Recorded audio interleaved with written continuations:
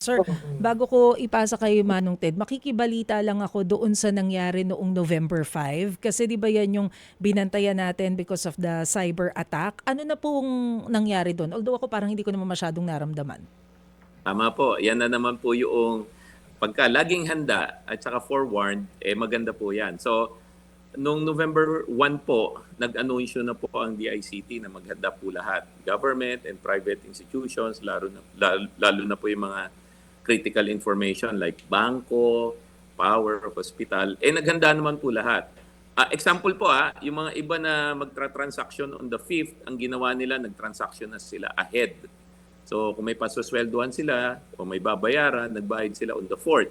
Kaya pagdating po noong November 5, kaya halos hindi nyo po naramdaman yung mga DDoS attack.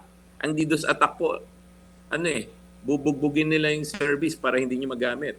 Marami po nag-attempt, pero dahil yung mga ibang tao naghanda na ng transaction nila ahead of time, hindi na po masyadong naramdaman. And nung tumawid po ng November 6, awa naman po ng Diyos, back to normal na po tayo.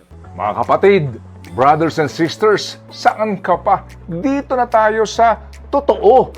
Dito na tayo sa True FM. Mga kapatid, mag-subscribe and follow po kayo sa social media accounts ng True Network PH. Yan po kami, hanapin nyo lang True Network PH, Facebook, Instagram, YouTube, TikTok, and podcast.